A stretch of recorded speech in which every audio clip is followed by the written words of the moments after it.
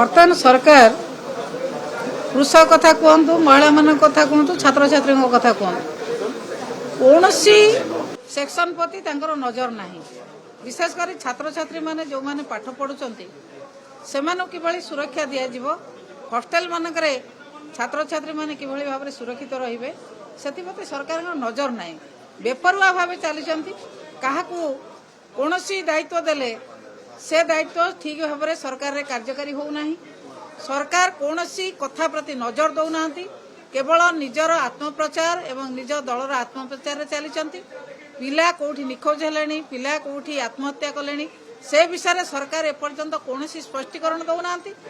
तदंत ना चापिकी रही तदंत कौन हो कथा लोकलोचन को आणुना जो भाई भाव में पिला निखोज होती पिला प्रति अत्याचार होची यह एक निंदाजनक कथा ये कथा को सरकार निश्चित भाव में दृष्टि देवा दरकार ये सरकार ए पर्यंत कौन सेक्शन कार्य को दृष्टि दौना केवल निज प्रचार प्रसार में माति।